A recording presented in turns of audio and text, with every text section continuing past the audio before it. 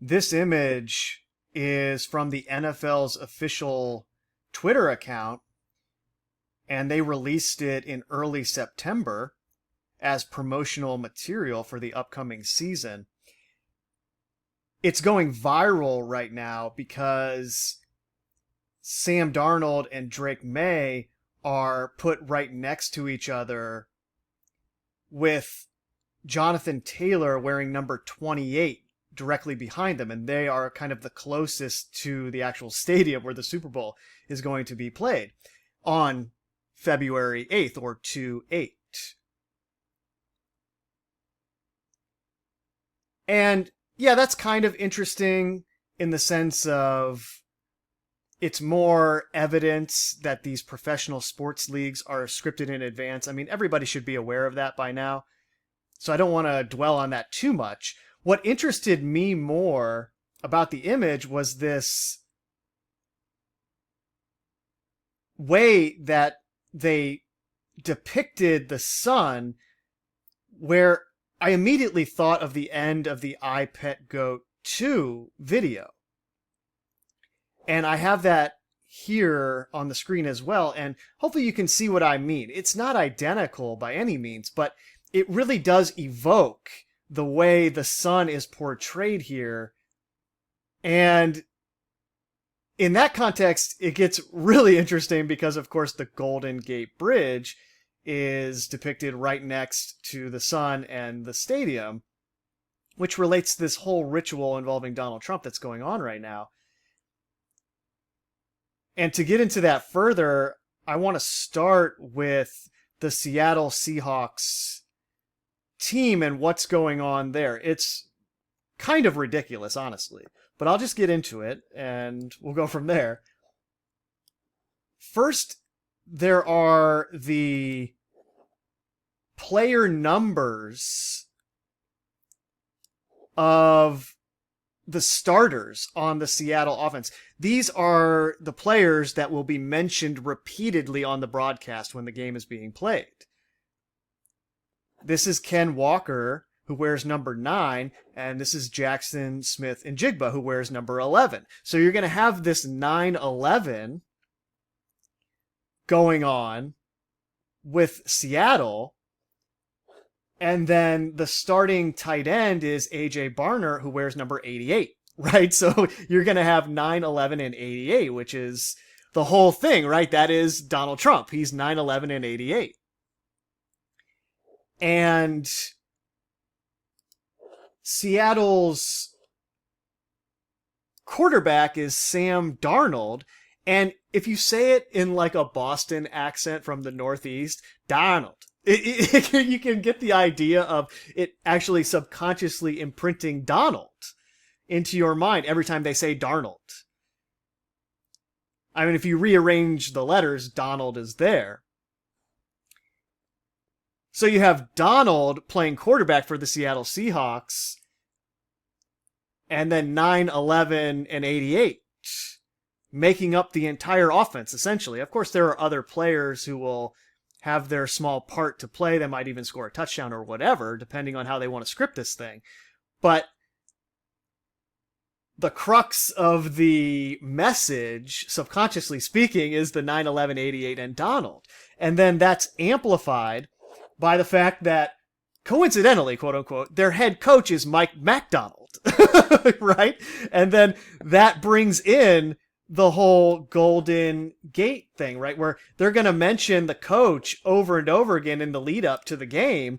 MacDonald, Seattle. So you have Darnold, Donald, and MacDonald.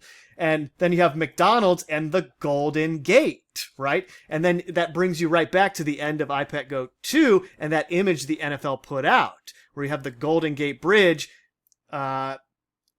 associated with this Super Bowl that is directly preceding the total lunar eclipse blood moon on March 3rd. Donald and the Golden Gate. And this ties into the whole ritual, right? They are opening this Golden Gate metaphorically through Donald Trump. And this Super Bowl has been scripted to reinforce this idea in your mind subconsciously, right? You're not aware of this, or at least most people aren't. They don't know that this is going on. They think it's all just natural. These players work their whole life to make it to the NFL, and they finally get their shot. And it's all just a huge coincidence that this is going on, right? McDonald is the head coach, the Golden Gate, and he's a Seattle Seahawk. The quarterback is Donald, and the three main pieces of the offense are 88 and 9/11. There you go, okay? What more do I need to tell you? Now, I don't know how this works, to my point that I just made, because there is a plausible, innocent story to explain all of this. As usual, I mean, that's how it works, right? Because they can just point to this as a coincidence. But the end of I Pet Goat 2 is this character surrounded by ice coming out of a birth canal, born into something new. It's the whole thing. Rosemary's Baby, the Star Child at the end of 2001: A Space Odyssey, they are birthing something new, which is just another way of saying the same thing as sending your mind into a new dimension, trading places. But this is what I'm talking about in terms of the birth. This is where that character comes out, and it's obviously a vagina, right? This is a birth, and it's ice. It's an ice vagina, right? So it's like a birth surrounded by ice. And that's what this Super Bowl is surrounded by as well, right? It's surrounded by ice, which ties into the selection of Bad Bunny and him being from Puerto Rico, and then making all kinds of comments about not wanting to tour in the US because his fans might be targeted by ICE, and just in general, making the Super Bowl associated with ICE more so than it otherwise would be, which is all by design. And the bunny part plays into Donnie Darko, which I'm going to get to, as you can see on the screen down here. But yeah, very clearly a vagina, a birth canal made of ice.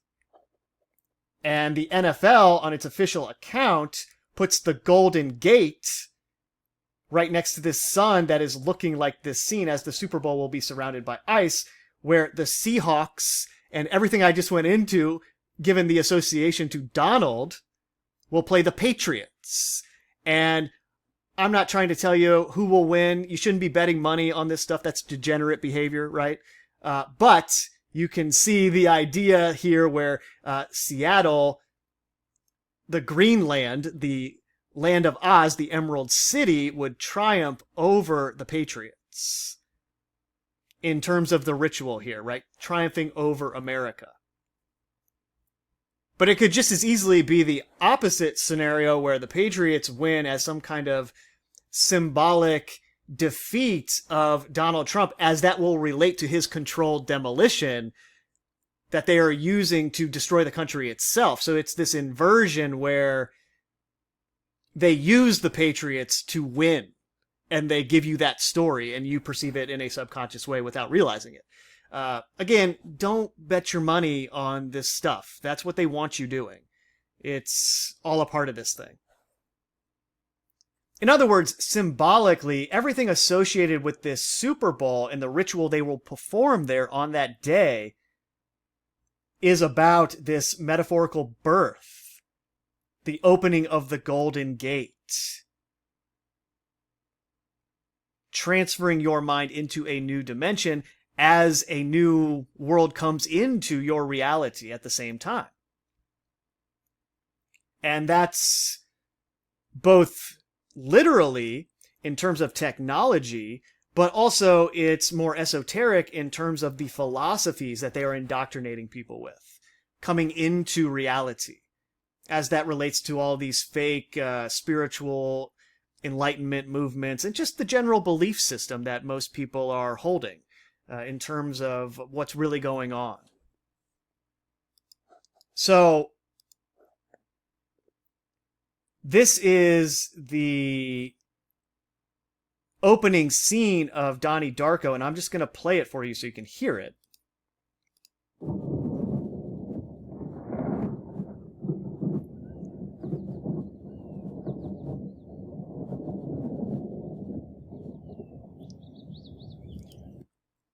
You can hear the thunder, which is the storm, right? And then that ties in Donald Trump's remarks right after the August 21st, 2017 eclipse, the first path of totality, where he makes the calm before the storm remark at the White House. You guys know what this represents? What else? Maybe it's the calm before the storm. What's the storm? Could be the calm before the storm. It's the calm before the storm. And then obviously the end of the film is a dimensional storm where they're showing the dimension collapsing. And that symbolically is what is happening to us. Our dimension is collapsing, at least in the realm of the mind. And it's happening in many different ways in the real world, as we refer to it, as well. But I couldn't help but notice, watching this back, how when they have Donnie Darko, which of course is Donald Trump, he's the Moonchild, the eclipse. When they have him wake up in the first scene here, they very intentionally have his hair looking very similar to Donald Trump's hair. If you see what I mean there, right? It's this silhouette where this is Donald Trump. It's Donnie Darko. And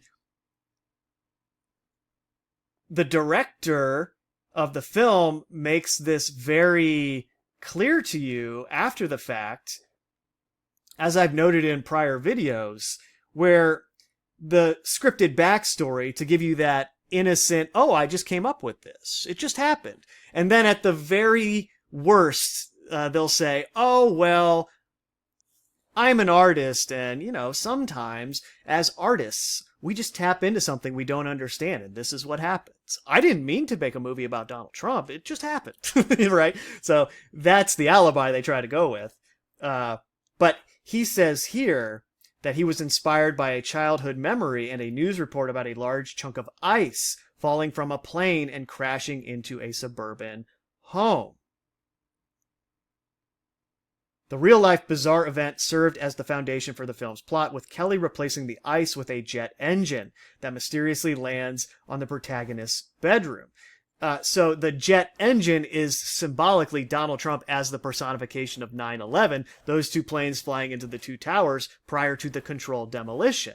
In this case, it's the jet engine that is ice falling into the bedroom. He escapes and creates this tangent universe that isn't supposed to exist. And that is the universe of the mind that was created following 9/11, and it will be closed via the storm, dimensionally speaking, through Donald Trump's actions and everything they attribute to his character as the Moonchild, who's eclipsing both the United States of America and the world in general. The jet engine is ice, right? So his second term is all about this ice thing. And this song, The Killing Moon, is playing during this opening scene by Echo and the Bunnymen, and that is showing you a lot in terms of, yes, Donnie Darko, Donald Trump, is the Killing Moon. He's the Moonchild eclipsing the United States of America, and he's the Killing Moon in that sense, right? He's the controlled demolition of the country and the mind. That's why he says it's the calm before the storm in 2017, because it was the calm before this storm that he would create. Dimensionally speaking, right? that's how the propaganda works. It's an echo of sorts, right? These films are implanting this stuff into every mind that views it, and then that echoes through the collective human mind as it observes the other propaganda it is presented with that masquerades as news or whatever is going on in the world. It's an echo in that way. All the propaganda mirrors itself, and then it echoes through the mind. This film is associated with a bunny that they place directly on the promotional posters, and obviously it's a big part of the film as well. So naturally, Bad Bunny was chosen to perform at this Super Bowl halftime show, which created headlines like this one: Bad Bunny Ice presence at Super Bowl spark dueling petitions topping 180,000 signatures. After Bad Bunny's past comments about skipping the US on his tour out of fear that ICE would endanger his predominantly Latino and Hispanic fan base resurfaced, Homeland Security Secretary Kristi Noem warned that ICE will be all over the Super Bowl. ICE will be all over the Super Bowl. The Golden Gate. ICE will be all over the Golden Gate. Do you see? Okay. It's all about this birth. 2001: A Space Odyssey, the controlled demolition of the country itself and the mind in the context of the 9/11 ritual, Donald Trump being the personification of that event in the actual real world. Donnie Darko. Now, having said all of that, it's very interesting to me that Trump will not be in attendance at the Super Bowl this year. Even more interesting is his excuse that the stadium is too far away. We're talking about the President of the United States who travels everywhere all the time. The idea that the stadium is too far away for a guy who supposedly loves football is very suspicious. Especially considering he went to the one last year. He was at the national championship game. They had that whole ritual where he went to the Commanders Stadium when they played the Lions, as that related to the Lions Gate and the Golden Gate. But now he's going to skip this one? Oh, that's suspicious. And, you know, most of this stuff is symbolic. But I gotta say, having seen this, I might be skipping the Super Bowl. That's all I'm saying. I mean, I don't think, even if I had tickets, I'd be going to this one. But the really interesting part is I didn't realize that Green Day was selected to do the kickoff show. And it's like, well, yeah, of course they chose Green Day because this all relates to Seattle, the Emerald City, and the Land of Oz. So you have Green Day and Bad Bunny in the context of Pope Leo blessing the 20,000-year-old Greenland ice in Rome. And remember, he did this on October 1st in Rome, which then was October 2nd in America when the story broke everywhere, which is the same day that Donnie Darko starts, October 2nd. Greenland relates to all of this Oz stuff that Donald Trump is associated with as well. So, of course, Greenland is all over his second term and in the news as well. You have Greenland and ice. The Pope blesses a block of Greenland ice. I mean, they can't make this stuff more obvious. Ice and the jet engine, the personification of 9/11, the controlled demolition. It's an American Pope. Trump empire finds its roots in Seattle. For those of you who do not know, the Trump family started in America in Seattle. So there is this connection between Donald Trump and that city and state. So, of course, going back to the beginning of the video, it's Sam Darnold and Mike MacDonald with 9, 11, and 88 in this Super Bowl that is next to the Golden Gate. You see? Like, they can't make it any more obvious. I don't know what to tell you guys. I can't explain it to you how it all operates, the intricacies of it. I can't explain that to you, but here it is. Okay? Do with it what you will. But that's the connection there. And then, obviously, that tied into Donald Trump, the Moonchild, who is symbolically the coronavirus, right? Because when there is an eclipse, there's the corona, right? So Donald Trump as the Moonchild, eclipsing the country and the mind, he's the coronavirus. The Space Needle in Seattle, right? So he is associated with Operation Warp Speed, which created the vaccine, the needle. It's the Space Needle, the coronavirus, the Space Odyssey, 2001, 9/11, 88. Okay?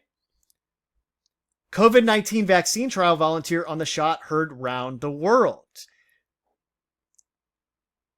On March 16th, 2020, Jennifer Haller became the first person to be injected with a COVID-19 vaccine in a clinical trial, and she is from Seattle. The first person to be injected with the Space Needle, okay, for the coronavirus is from Seattle. And this is all happening during Donald Trump's term. He creates Operation Warp Speed. So he, at least as they tell it in the history books, was directly responsible for that first shot from the woman who lived in Seattle.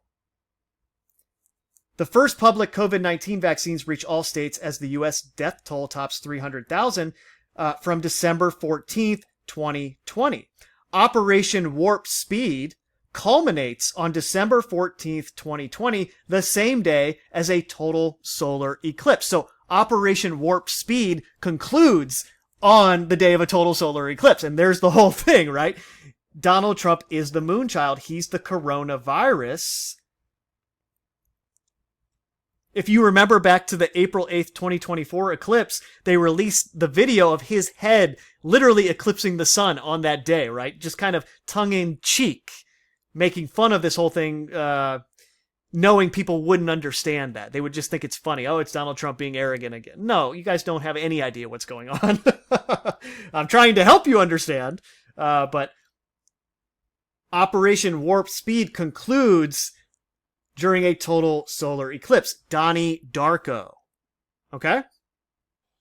So after the eclipse, as the Moonchild passes over the sun and the controlled demolition has finished, there is the new sun existing in the context of the Golden Gate that has been opened. And it was all surrounded by ice. Which I'm sure is why the Heliofant channel uploaded all these videos that added up to 9/11 before he took down the one that was only 2 seconds. Maybe that was too obvious. They all surrounded ice. Breaking ice, water, a birth. Okay? Bridges and the sphere, which is symbolically the mind. Everything that they are doing is surrounded by ice right now. Greenland ice, blessed by the Pope, okay? Greenland, Seattle. Green Day and Bad Bunny, Donnie Darko. The calm before the storm. We just had an ice storm in the United States of America that was mostly over the Confederate States during the First Civil War. The film Weapons is released on 8/8/88 and involves this whole thing as it relates to mind control and what they are symbolically doing to our minds through this propaganda. And the director comes right out and says, yeah, the 217 in the film is my homage to Stanley Kubrick, though I went with the original number from Stephen King's novel. And I only bring that up because there is a solar eclipse on February 17th, 2026, or 2/17, right before the total lunar eclipse blood moon on March 3rd. So you have weapons 88 and 2/17. Likewise, just a bit of trivia as it relates to this total lunar eclipse blood moon on March 3rd, 2026, which will be the last one until December 31st, 2028, right before Donald Trump leaves office. So for all intents and purposes, this is the last one, and I think that's why we're seeing so much chaos right now surrounding the upcoming blood moon total lunar eclipse for the coronavirus moonchild, right? Like, they're really jamming it in right now.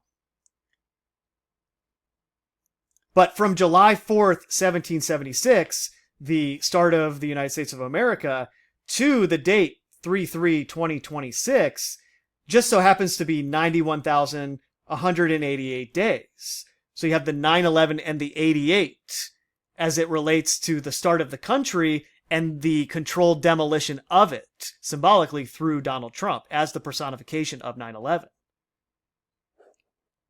And that brings everything full circle to what I went over in the beginning, where you have this quote-unquote coincidence that it will be the Seattle Seahawks from the land of Oz, the Emerald City, the Space Needle, 9/11, and 88. With McDonald coaching the team and Donald as the quarterback. Donald Trump's family from Seattle originally. Donald Trump, the coronavirus, which culminated in Operation Warp Speed, rolling out the vaccines on December 14, 2020, the day of a total solar eclipse, which was right in the middle between the two paths of the so-called Great American Eclipse. That date's right in the middle of the 2017 and 2024 eclipses. The first person to get the trial vaccine in March is from Seattle. McDonald, the Golden Gate Bridge. Okay? Playing the Patriots, of course. The 250th year of the United States of America as it relates to the controlled demolition of the empire. And I just have to say, I'm going over this right now, but none of it is set in stone. You guys gotta open your mind a little bit. Like, yeah, all this programming is there and it's good to see it, but it doesn't mean that it's guaranteed to happen. Nothing is guaranteed in that way. I mean, maybe certain things that are fated to happen through the will of God, you know? I mean, that's so far beyond our understanding. Like, sure, there's things like that in all of our lives, but this stuff is not fated to transpire. This is the work of something that is against God, right? So none of it is destined to happen.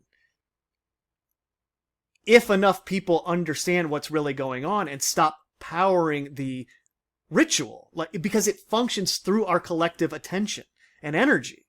That's the whole point. We're like a battery for this ritual. And if you remove your power source, the ritual won't function as well.